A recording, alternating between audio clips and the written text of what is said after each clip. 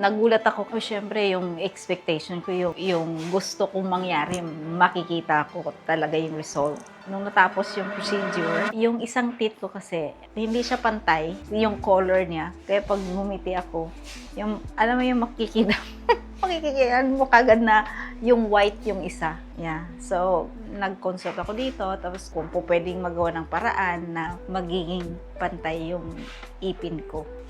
O syempre yung expectation ko, yung gusto kong mangyari, makikita ko talaga yung result. Wala namang i-complain kasi alam mo yung bawat procedure na ginagawa, tinatanong ng staff nyo na, ma'am, okay lang po ba kayo? Kailangan ba nating magpahinga muna? Yung ganon. Maganda yung the whole process ng procedure niya. Nung natapos yung procedure, nakita ko naman na naging okay naman yung result niya.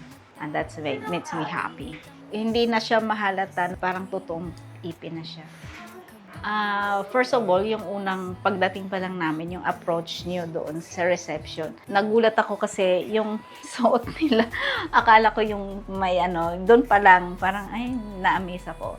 Tapos yung during the procedure, tapos pinakilala na yung lahat ng ginawa na. Tapos pinakilala namin si Dr. Sly. Tapos yung pagtanong pa lang sa amin, parang magaan na yung makikipag-usap ba kung ano yung mga gusto namin. Tapos approachable lahat ng staff. Kasi ang humawak sa akin si Dr. Etin. So wala akong masabi. As in yung buong team ng Bukad. I am so happy and grateful. Vision and smile.